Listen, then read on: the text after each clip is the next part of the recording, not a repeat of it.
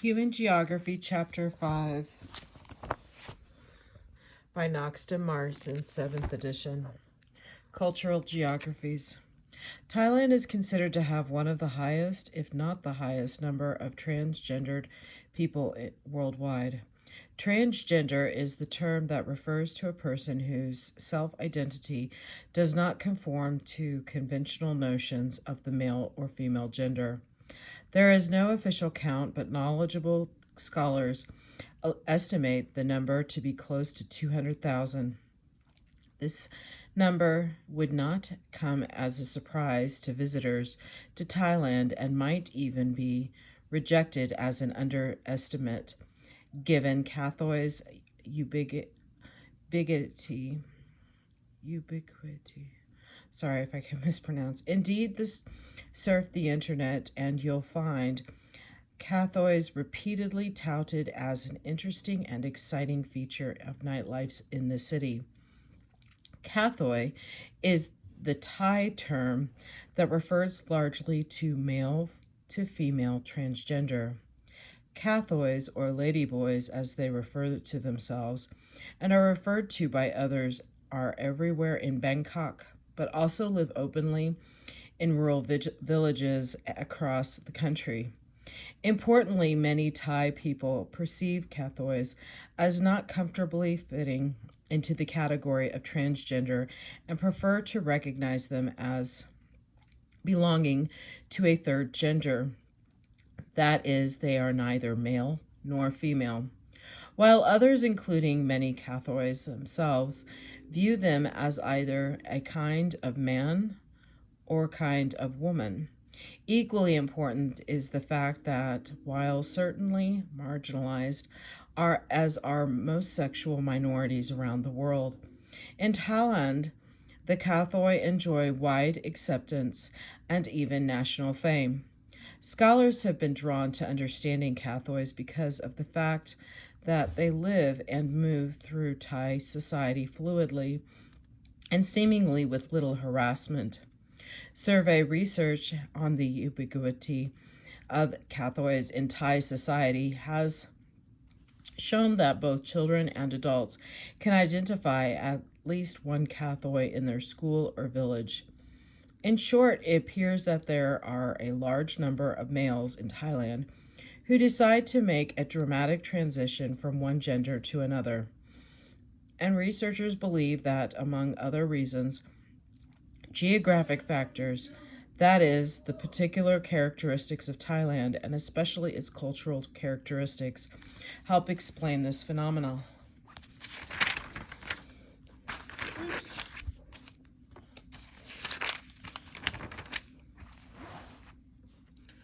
The first one has to do with the spiritual beliefs in Judeo-Christian traditions. Sex and gender are rather strictly defined in terms of human anatomy.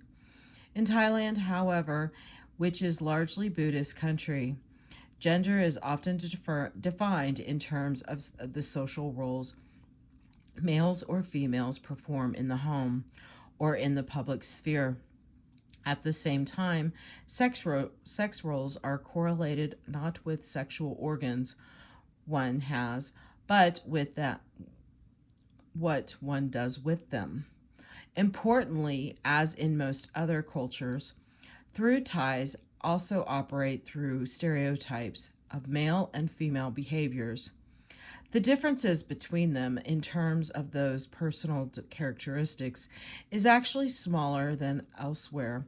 In short, males and females are seen as far more similar to each other than in other cultures, and moreover, women are highly revered in Thailand.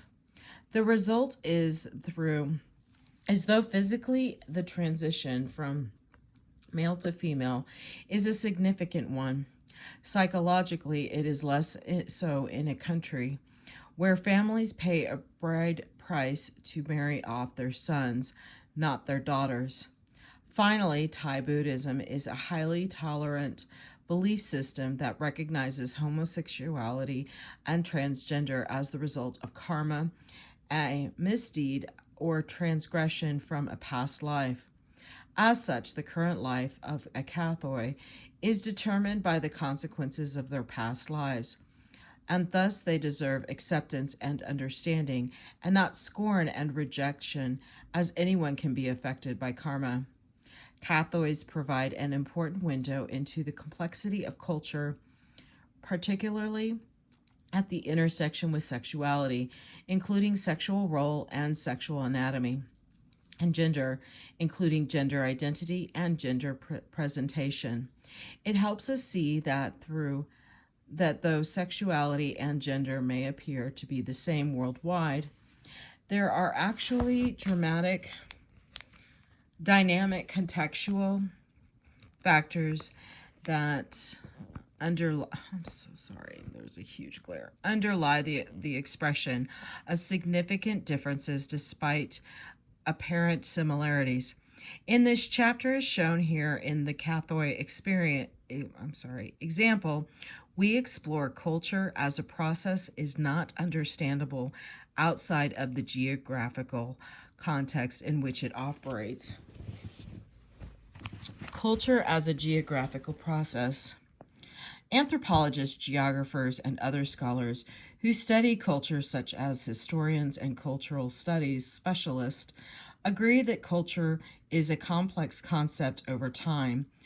Our understanding of culture has been changed and enriched. A simple definition of culture is that it is a particular way of life, such as a set of skilled activities, values, and meanings surrounding a particular type of practice. Scholars also describe culture in terms of classical standards and aesthetic excellence in, for example, opera, ballet, or literature. Culture. The term culture also describes the range of activities that characterize a particular group, such as working class culture, corporate culture, or teenage culture.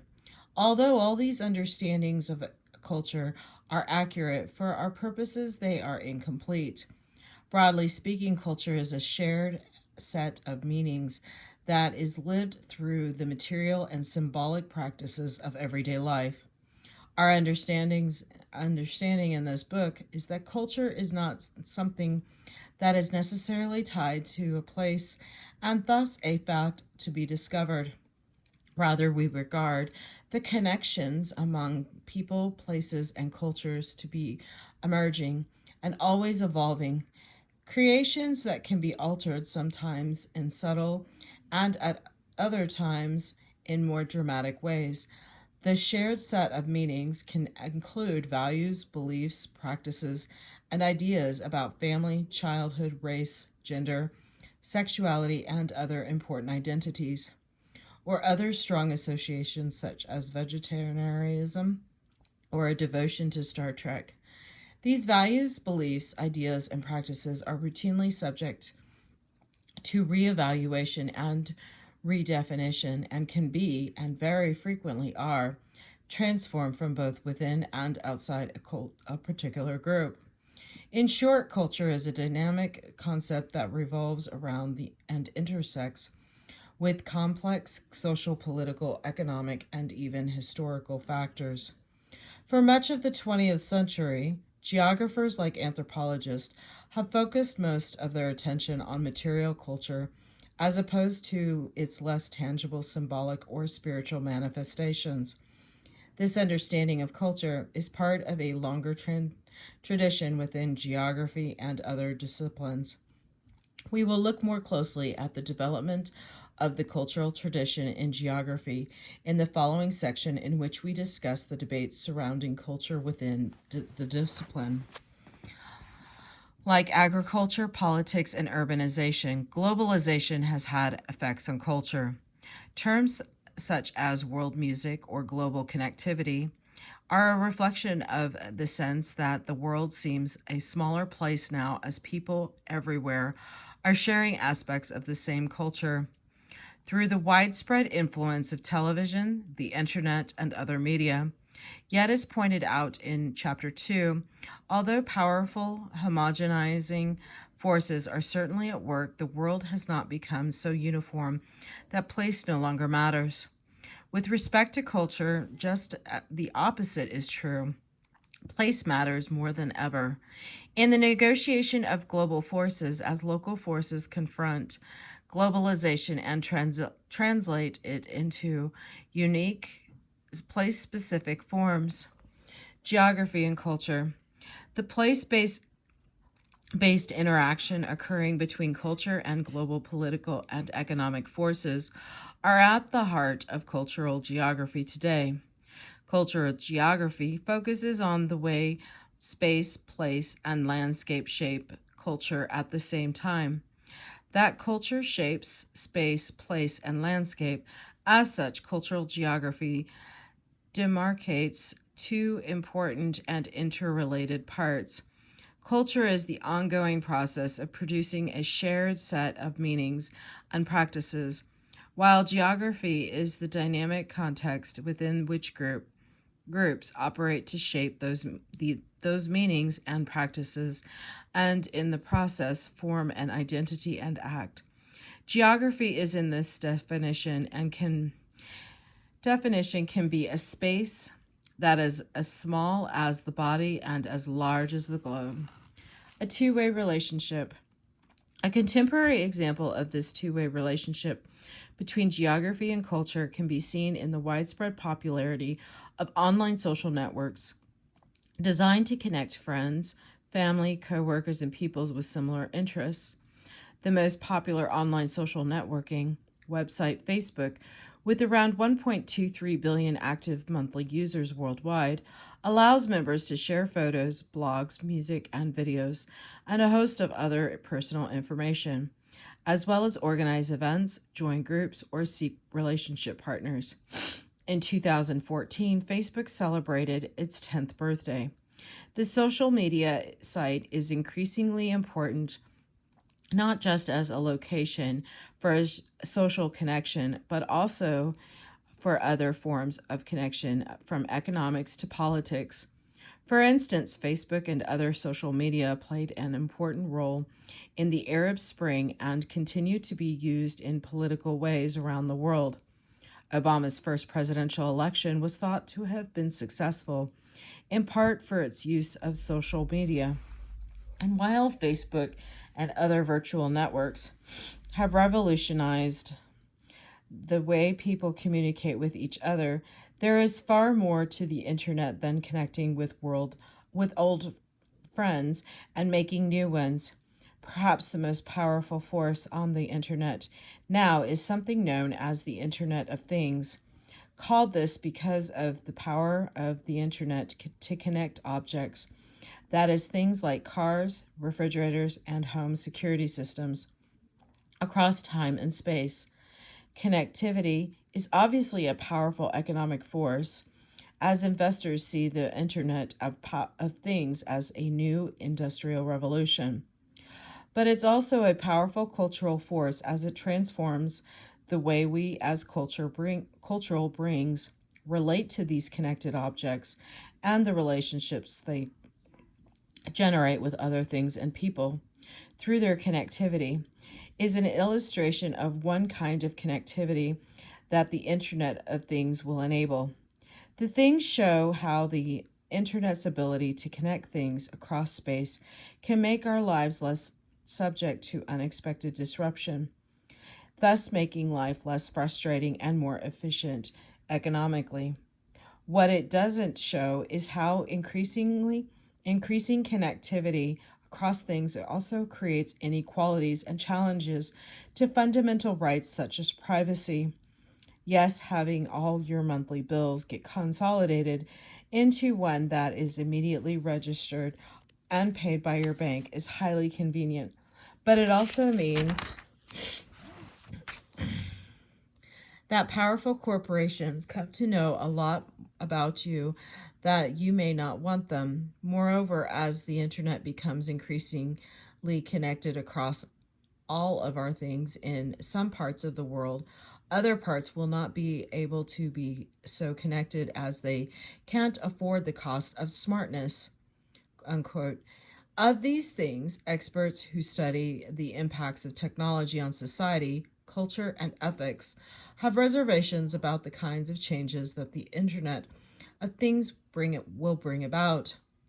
But it's not just the Internet of Things will affect issues of privacy, it's also that the things themselves will change our cultural practices too, such as dating, physical intimacy, and marriage. An obvious example is the way the internet allows couples in long distance relationships, to connect in their own private shared space. The app, quote, Couple, has a feature called a thumb kiss, which allows distant couples to send a kiss when each of the couple touches the same spot on a smartphone. That makes their smartphones vibrate simultaneously. In the United States, marriage ceremonies and receptions using drones and bots are gaining popularity as drones fly over the wedding party to taking videos from above. They communicate with bots on the dance floor that are capturing conversation and snapping candid photographs. The film Her, 2013, directed by Spike Jonze and starring Joaquin Phoenix, attempted to address the issue of how the internet or how the how the Internet of Things and computers are more generally has the power to dramatically affect some of the most basic cultural institutions of contemporary life as companionship and love. Here is I'm going to try and get this as close as I can, but here is the graph. So should you want to take notes on this, I'm going to kind of zoom in closer so you can see this.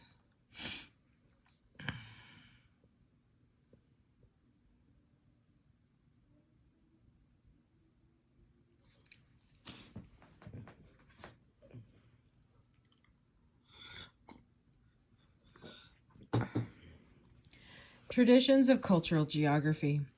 Below we proceed any further in our discussion of culture, it is important to discuss a significant difference between our view and that of more traditional cultural geographers.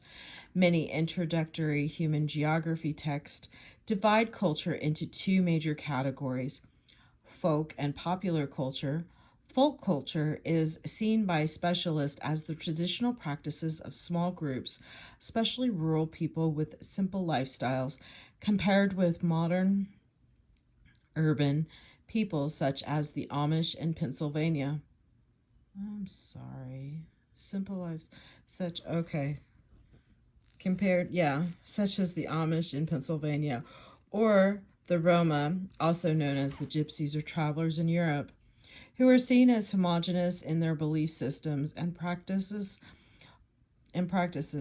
Popular culture, by contrast, is viewed by some cultural geographers as the practices and meaning systems produced by large groups of people whose norms and tastes are often heterogeneous and change frequently. Often in response to commercial products, hip hop would be seen by these theorists as an example of popular culture. In this text, we do not divide culture into categories. We see culture as an overarching process that is shaped by and shapes politics, the economy, and society, and cannot be neatly demarcated by reference to the number of characteristics or degree of homogeneity of its practitioners. We see culture as something that we can be enduring as well as newly created, but always influenced by a whole range of interactions as groups maintain, change, or even create traditions from the material of their everyday lives. For us, there is no purpose served in categorically differentiating between hip hop and Hinduism, as both as are significant expressions of culture and both are interest. Yeah. It stops. I'm sorry. It does a weird. I don't know what this is doing. It's like I'm missing. Okay, I'll show you what I mean, guys. Okay, so it just stops. It says, oh, geographers. Okay, I'm sorry. page like stopped there and then is going here. Sorry for the confusion, guys. Here's the pictures for Apply Your Knowledge. And then here's close up on the figures.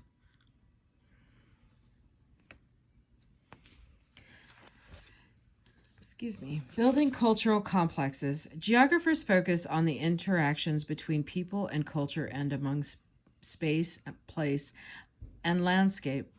One of the most influential geographers was Carl Sauer, who taught at the University of California, Berkeley in the early to mid-20th century. Sauer was largely responsible for creating the Berkeley School of Cultural Geography. He was particularly interested in trying to understand the material expression of culture by focusing on their manifestations in the landscape. Cultural landscape. Sauer's interest in culture and geography came to be embedded in the concept of cultural landscape, a characteristic and tangible outcome of the complex interactions between a human group. With its own practices, preferences, values, and aspirations, and its natural environment, the concept of the cultural landscape is illustrated in box 5.1. Visualizing geography, UNESCO World Heritage Sites. Sauer differentiated the cultural landscape from the natural landscape. He emphasized that the former was humanized version of the latter, such that the activities of humans resulted in an unidentifiable, and I'll come back to this, an understandable alteration of the natural environment. Lists with differences between a natural and cultural landscape. While original diagram from Sawyer's work is obviously static, the arrow of time can be complicated by all sorts of events, such as for the natural landscape, earthquakes, and volcanic eruptions or slower weathering processes brought about by wind or water. The cultural landscape component of the diagram should also be understood to recognize that time is active and ongoing, and processes like industrialization or political revolution and war can dramatically shape both the natural and human landscape.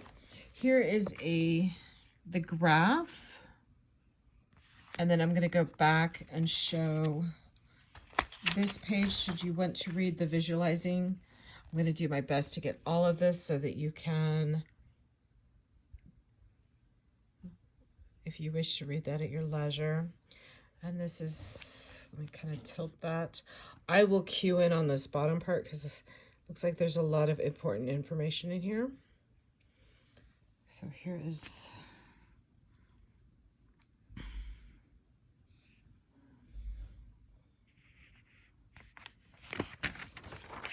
okay.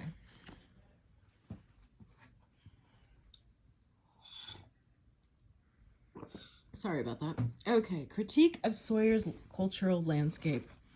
Sawyer's ideas about the effect of cultural practices on the physical landscape are a little less than a century old and have been challenged and critiqued by geographers over the years. The most prominent challenge was leveled by James Duncan, who rejected the implicit notion of culture upon which Sawyer built the cultural landscape concept. Duncan argued that Sawyer had adopted what he called a super-organic, unquote, notion of culture in this conceptualization.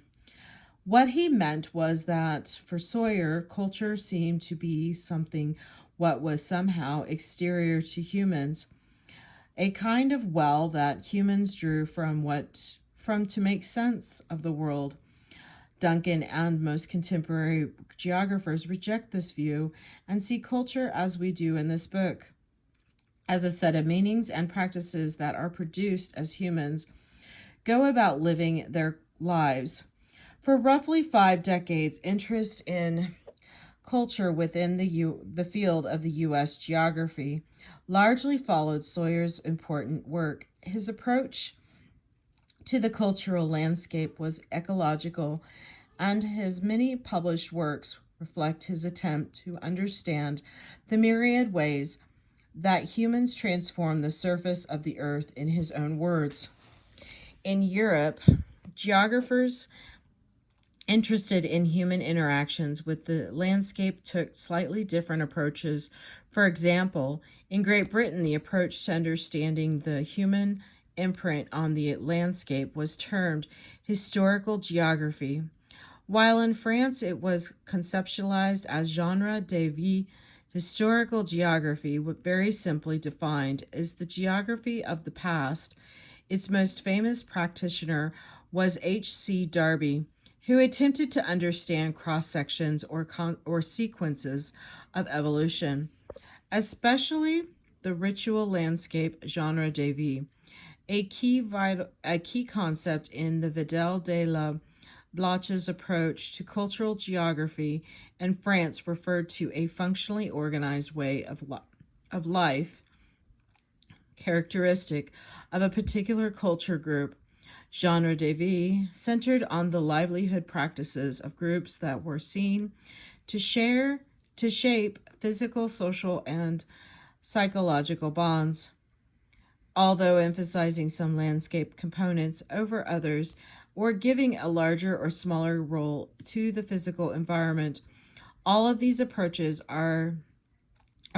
place the cultural landscape at the heart of their study of human environment interactions.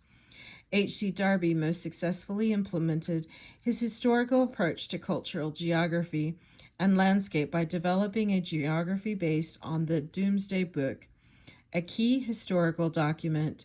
William the Conqueror ordered the Domesday compiled in 1085 so he could have a list of his spoils of war. The book provides a rich catalog of the ownership of nearly every tract of land in England. It includes the name of landholders in each county, the manors they held and their values, the names of their subsistence, the names of many borrowers, and details of their customs, the number of freemen, sokemen, freemen, landholders, unfree peasants, and slaves on each manor, and each resources of each manor. Geographers like Darby found such data invaluable for reconstructing the political, economic, and social forces that shaped past landscapes.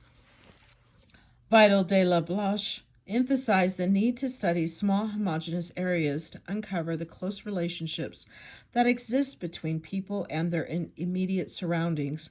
He constructed a multifarious descriptions of pre-industrial France that demonstrated how the various genres de vie emerged. From the possibilities and constraints posed by local physical environments. Subsequently, he wrote about the changes in French regions brought on by industrialization, observing that regional homogeneity was no longer the unifying element. Instead, the increased mobility of people and goods produced new, more complex geographies, where previously isolated genres de vie were integrated into a competitive industrial economic framework. Anticipating the widespread impacts of globalization, de la Blanc also recognized how people in various places struggled to cope with the big changes transforming their lives. Apply your knowledge. I'm sorry, I don't read that part. Cultural traits. Geographers also examined specific aspects of culture ranging from single attributes to complex systems. One simple aspect of culture of interest to geographers is the idea of special traits, which includes such things as distinctive styles of dress, dietary habits, and styles of architecture. A cultural trait is a single aspect of complex of routine practices that constitute a particular group The use of chopsticks is an example of a cultural trait.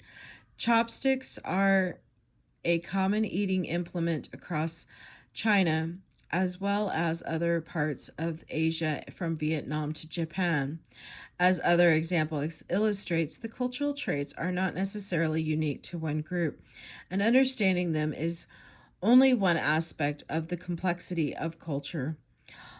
Another example is of cultural trait is a rite of passage.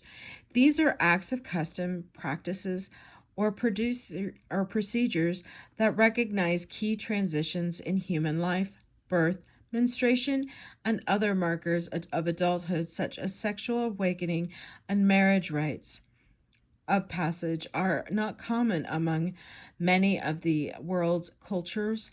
Some Western cultures, for example, send adolescent boys away from the village to experience an ordeal, ritual scarring, or circumcision, for example, or to meditate in extreme isolation on the new roles they must assume as adults. I'm sorry. I'm going to go ahead and I will go ahead. This will be the end of part 1. I will continue with part 2. Thank you.